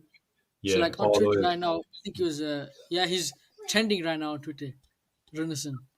Yeah, yeah. So that's but even then, if I'm confident we can play Pepe in there as well because you know when Pepe was younger, he said he was a goalkeeper. So I heard that. Yeah, I don't really mind if Pepe goes in there. To be honest, it doesn't make it. I would really mind. But what do you make of Pepe's performance today? His goal was quite good, you know. I was impressed. Yeah, good signs again. Definitely good signs again. It's just unfortunate that the game went the way it went, and we couldn't build on it. Because I like Pepe, and I like when Pepe, he scores a goal, and we start seeing the confidence really come out of him. And unfortunately, before he could build on the momentum of his goal, we sort of fell apart. You know, Yeah, it's, but I think that goal was kind of good, you know. He's kept doing skills and then went in, went out, yeah, bang. he did His very right very foot as well. well. Yeah, That's did his very right well. foot for Good stopped him. strength as well by him to hold off. I think it was Semedo, Yeah, wasn't it? he dropped him.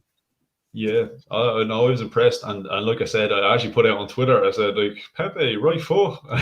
I was almost waiting for it to go to VAR to disallow it because Pepe's not allowed to use his right foot. No, but I was quite surprised why he put Gabriel on instead of Chambers because if he put because Chambers, I think if he came on, he can cover the right back position as well on the Yeah, left back, so he could have maybe stopped the. I wouldn't want to say second goal, but he could have maybe stopped uh, the second, you can see second goal, but then see Yeah, it went through yeah. across his But legs, look, man. That's the worst part that about the. that second goal, that Moutinho goal, like nobody's stopping that. Let's be fair. Yeah, but even Leno, he tried his best. There's nothing he can No, possibly do. not nobody's stopping that. You know, as a goalkeeper, sometimes you're beat. You're Sometimes, beat. yeah, There's yeah, the not truth much you hurts. can do. Sometimes you can't hide. You can't be hiding all the time. You have to. Yeah. And Also, there's and there. Look, our Arsenal loan and injured keeper is the most Arsenal thing ever. It's Arsenal in the January transfer window all over, isn't it? don't FC, man. But Yeah, I don't get how. I don't. It doesn't make sense to me. Fair enough, if he's played a couple of games, he's injured, then it makes sense to everybody. But he's not even yeah, played. yeah. It doesn't make Like, sense, honestly. I can understand. I guess to a certain extent, I can understand. In January, you sign a player and he picks up an injury because he hasn't been playing a lot of football. He's probably not 100% match fit. But Matt Ryan got injured in training, and he's obviously been keeping himself fit, training. He might not have been 100% match fit, but it's just typical Arsenal, isn't it? Typical Arsenal Yeah, all over. man. There didn't he get hurt in practice? He was on the bench for a game. Yeah, yeah, that's Yeah, it. after that game, it went downhill for him. He thought, forget this. I don't want to play for Arsenal anymore. I might as Yeah, well get injured. Get injured. Let Runnison do the job. that's it. But I He's think Runnison will learn from, as I said before, he will learn 100% from mhm. Leno and Ryan, because they'll tell him stuff that he probably didn't know before. Yeah, Because think about he got good English as well, so he can speak to both of them and ask him, what's yeah, the thing, what's the bad. But it's just his position. He just needs to work. If I were to tell him now, he just needs to work on his mm, positioning for free kicks, for all of that. yeah, But yeah. And I yeah, think like I'm sure you can attest to it, but a lot of being a goalkeeper is down to confidence and that, and yeah, because you know, I'll tell you now from experience. Yeah, once if you have one bad game, you do, and let's say Renison was our number one. I yeah, don't think after that City game he would have started another game for us, because the confidence is like it shuts you down. It is, you get emotional too. He's probably crying after that game. That game yeah. Well, did you destroys see? you. He got an awful lot of abuse. Now, Yeah, and I then did he not like to knocked his see Twitter that. account. He shut down his Twitter account, and That's what happens. Like yeah, it's look, just it's not it's not a good thing. It's not a nice thing to happen, because you yeah, lose confidence and that you don't think that you can be the best. Like it's not nice, yeah. man. But Well, it's something like for a number of reasons that annoys me because one, look, the guy's only human. He's gonna make mistakes. We all make mistakes. You know what I mean? To go out of your way to give him a load of abuse to the point where he has to shut down his Twitter, like first of all, it's not on, and second of all, if our so-called fans that go out their way to do that, what are they trying to get out of that? To provoke a reaction that he'll come back better? No, you're actually crushing the guy completely, so that if he like has to that, be relied on again, he's destroyed. Do you know what I mean? So you're doing more damage by going out your way. I think there's a lot to be said for if a guy has a bad performance and okay, he has a bit of a shocker. We get annoyed, we get frustrated. It's fair enough. We might vent it on Twitter saying like, what was David Luiz doing? Sometimes it's a bit of an arm around the shoulder and a bit of what, keep the head up. You'll get it right yeah, next time. yeah. And we're not very good as a fan base at doing that. As soon as like there'll be one like minute of the game where everyone's like yes, yes, yes, yes, and then the next minute everyone's like, what the hell were you Yeah, doing? Even when Leonard didn't it, everyone before the game was like, oh, Leonard's the best goalkeeper in the league, or no doubt about this. Now yeah, look, everyone, they're like, oh, what's the hell Leonard doing? Like, it's not his fault. I'm telling you exactly. now, any goalkeeper would tell you that it's not his fault. It just happened in Yeah. the moment of time. But And you know what exactly is going to happen? This is going to bring the debate of the Martinez and Leno back up again. yeah, I know. I just seen it before. Like we saw the wrong goalkeepers. Like he's gone. That's done. That's the past. Why are you Yeah, bringing yeah. up the past? It's not like he's gonna magically come back to the club now Mhm. and say, "Yes, I wanna play for the club." Yeah, well, look again. It's great having you here, especially. It's nice getting the perspective from a goalkeeper. And so while you're there, I know it's a topic that comes up the whole time. But yeah, look, I'll get your take on it as a goalkeeper. What do you make of that situation when you've those two world class goalkeepers in my eyes? What do you do? Do we do the right thing? Do we get rid of the right guy? And can those two guys coexist in the same squad? Ooh, tricky question, but we did get. I think it's one of them. Like, yes, we did, but yeah, but no, we didn't. Yeah, The reason why I think we got rid of the wrong goalkeeper is because at that stage he was uh, Emi Martinez was playing with a lot of confidence and a lot of belief that he can carry on this this thing. But the thing with Emi Martinez is he was ready. He was like he had that face about him that anything come his way, he's saving it.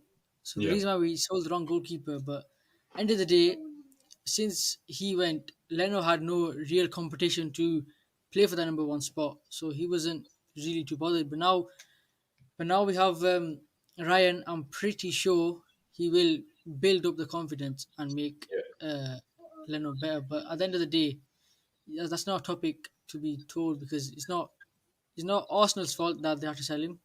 Is the Hmm. fact that the way he played in the last, I think it was 10, 15 games when Lenny got injured against Brighton, Yeah, he was outstanding, but an yeah, outstanding goalkeeper. Like, I really wanted to keep him and I really wanted to get rid of Leno because Leno was in easy 40, 50 mil, I think, because he's a top class goalkeeper. But yeah, the thing with Martinez is he was just something else. Like he had a build about him. So many goalkeepers have to be strong, physical. He had that physical strength about him to carry this team forward. And I really thought in my head that this goalkeeper, he's 28 years old. He knows what he's doing. yeah. But yeah, Leno's good, but there's like moments like this that really just I guarantee when he comes back, he won't be the same person. Yeah, well, look, I hope not. I hope I like to think he's strong enough a character that he can pick himself up from this. But And like, if you think about it, when he got injured, Brighton, this is reaction. That, yeah, that, that's what you call that you shouldn't be doing that. That's mhm. like it's just not right. And yes, someone's saying he's the backup goalkeeper for Germany, but yeah, so it's backup goalkeeper for Germany. But I think sooner or later he will become the number one, and so will Emi Martinez. Yeah. Well, Emmy's in there now, isn't he? In the Yeah, Argentine squad. he's the backup Look, goalkeeper now for Argentina as well. it's one of those. I know it is going to be a debate between the fans, and obviously it's going to divide. And there's going to be, no, we've got the right keeper, we sold the wrong keeper. It is one of them. My personal view on it, regardless of who you rate as the better keeper, either way, I feel like a world class keeper left and a world class keeper remains. Now, whether one is better than the other, that's a Mm. debate for everybody else. But in my eyes, I'm perfectly happy with what we've got in terms of a goalkeeper, Yeah, I'm happy as well. irrespective of the decision making tonight. You can't fault him. Okay, he made a bad judgment call tonight, but I wouldn't discredit his ability as a Yeah, goalkeeper because based on a silly decision. I'm sure that the best goalkeepers in the world that this world has ever seen. You got Jens Lehmann Yeah, and all them lot. There has been a time in their career where they have made a mistake. yeah, There won't be one time where they've been perfect on form every single game. In a yeah, match, there will be a couple faults, and that's what you call learning process. So yeah, the goalkeepers don't go for that much. This DWTT goalkeepers is hard to get a goalkeeper worth 100 mil. Like Kepa was I don't know what Chelsea were doing there. yeah. That was 20 million crazy. is 20 million is fair. 20 million is actually that's such a good price for a goalkeeper, Yeah, especially well, of when Emmy's you class. take into consideration that, okay, what did he play? 12 games for us when he got his run. Now, 12 games before that run, you probably would have done well to get 4 or 5 million for him. Yeah, You but know, then but the fact that we got 20 million, 20, I think, like, and again, if you look at the bigger picture, you've got these two goalkeepers, and as I said, okay, you're selling a very, very good goalkeeper, but you're getting a nice price for him. You've yeah, still got a very good goalkeeper who's more than capable, and that 20 million contributes towards bringing someone like Thomas Partey in. So I personally think the club made the right decision. I yeah, think as well, you can turn around and say, well, why didn't they sell Leno? And I'm sure there would have been suitors for him, but it's just Martinez was the one. He was the one that people were looking at that moment in time. And in but the fairness. now Leno didn't do anything leading up to the injury to say that he It wasn't shouldn't. even his fault. But the thing is, yeah, the Leno had played. I think at that time, Leno had played, what was it, 60 games for us, and at that time, then why didn't then everyone say that? Where's Emmy? Bring Emmy. Let Emmy play. As soon as Emmy played just Yeah, 12 games, yeah, and just 12 games, and everyone was like, "Oh, this goalkeeper's the best." How do we know that? yeah. When now he's best for Aston Villa, how do we know that in a couple of years' time he'll be like he won't be as good? But the way I look at it is, we seen him play 12 games for us. Now I know, look, he has gone on to Aston Villa and he is doing very well. So I know we can add that to the 12 games. But from an Arsenal perspective, as fans in an Arsenal shirt, we got to see him play 12 games last season. But the club, got to assess this guy day in, day out for 10 years. And to me, it just, I would have concerns maybe in the long term of, as to why did it take 10 years that the club didn't make this guy number one? Yeah, I mean there was a time when he played. I'm sure you can remember because you're a lot older than me. There Yeah. was a No, time thanks. when he Yeah. was. There was a time when we played QPR. I think it was in a cup, and it was six. It was A six bit five or before something. my time, I think. A bit before my time. No, No, there go was a ahead. time when we played QPR. I think it was QPR, and it was 6-5 something. And Emmy started that game, Hmm. and that game Emmy was not the best. Emmy was like a renaissance in that Yeah. time. Yeah. So the fact that it took 10 years was good because it helped him, build Yeah. confidence and build it. But I think 10 years is actually no. Leno was never. We were never gonna let go of Leno. There was no, because Yeah. we were never gonna let go of him. Well, I guess the way I would have looked at it with Leno, what did we bought Leno, I think, for about 25 million. Yeah, from Bayer Leverkusen. And maybe the club looked at it as, we could sell Leno, maybe just say for argument's sake, you might have got an offer 30 million and you're saying, okay, well, we made a 5 million profit on him.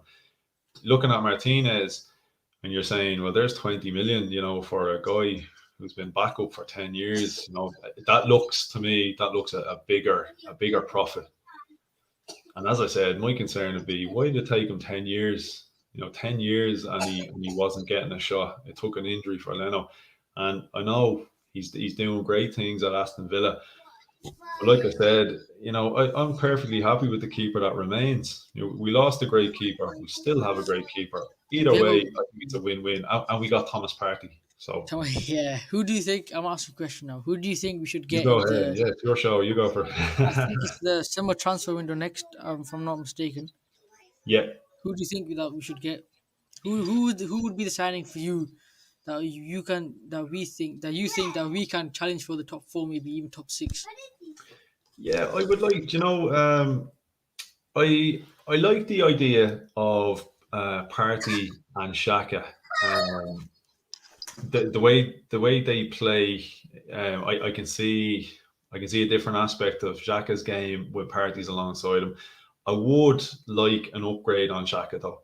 Yeah, Like, I would prioritize would somebody you else want? to play in there. Like I like Basuma. I do like Basuma.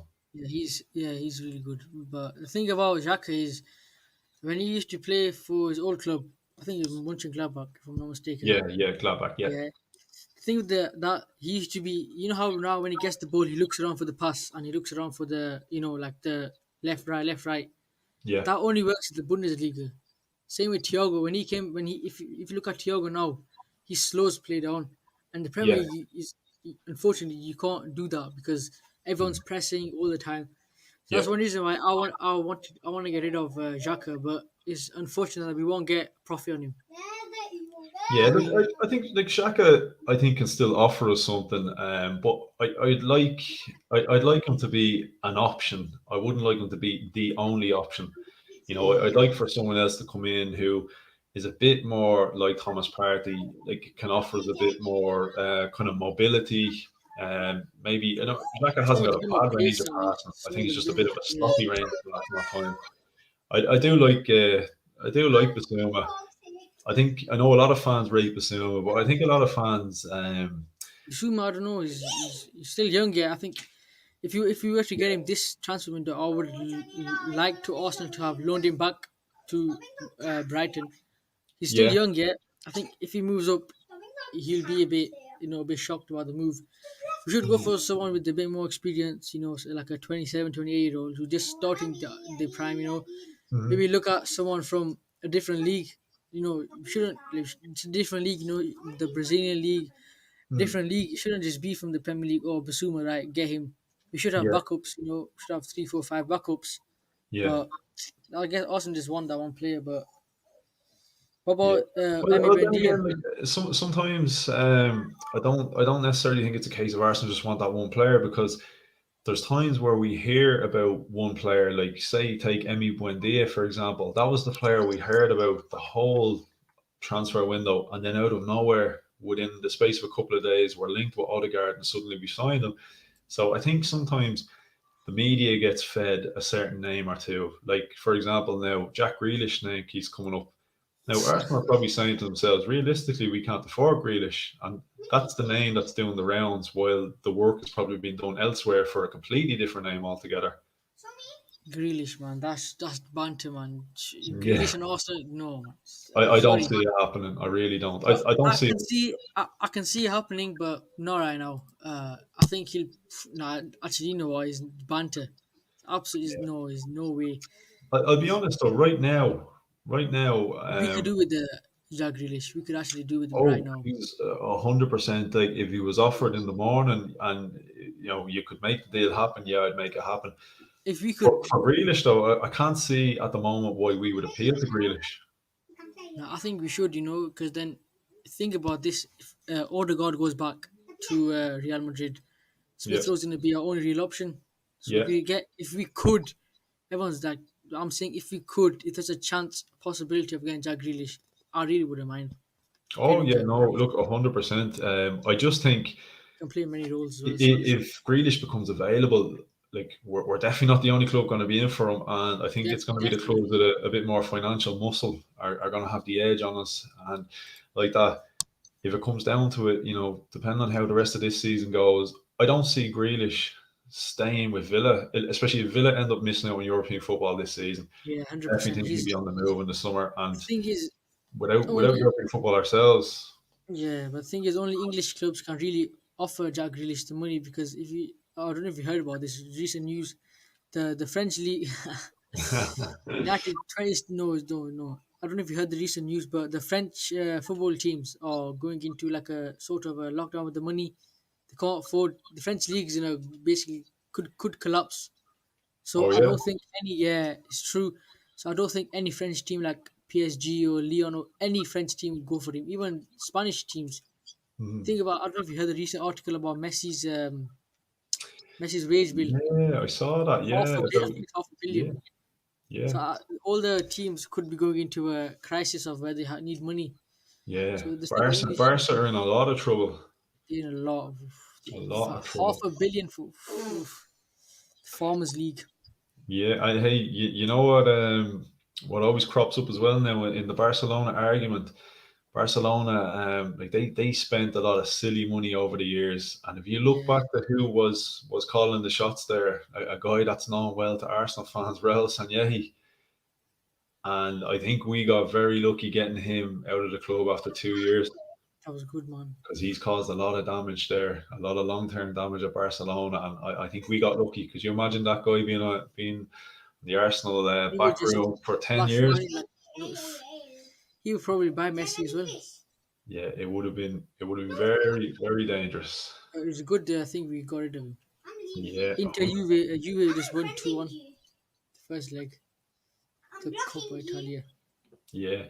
Well, look, I'm gonna wrap it up now because it's getting a bit late here. So I'm gonna start packing this away now and get myself to bed. I need my beauty sleep because when you get to my age, you don't just wake up like this. It takes a lot of hard work. I But don't look, think I man, am.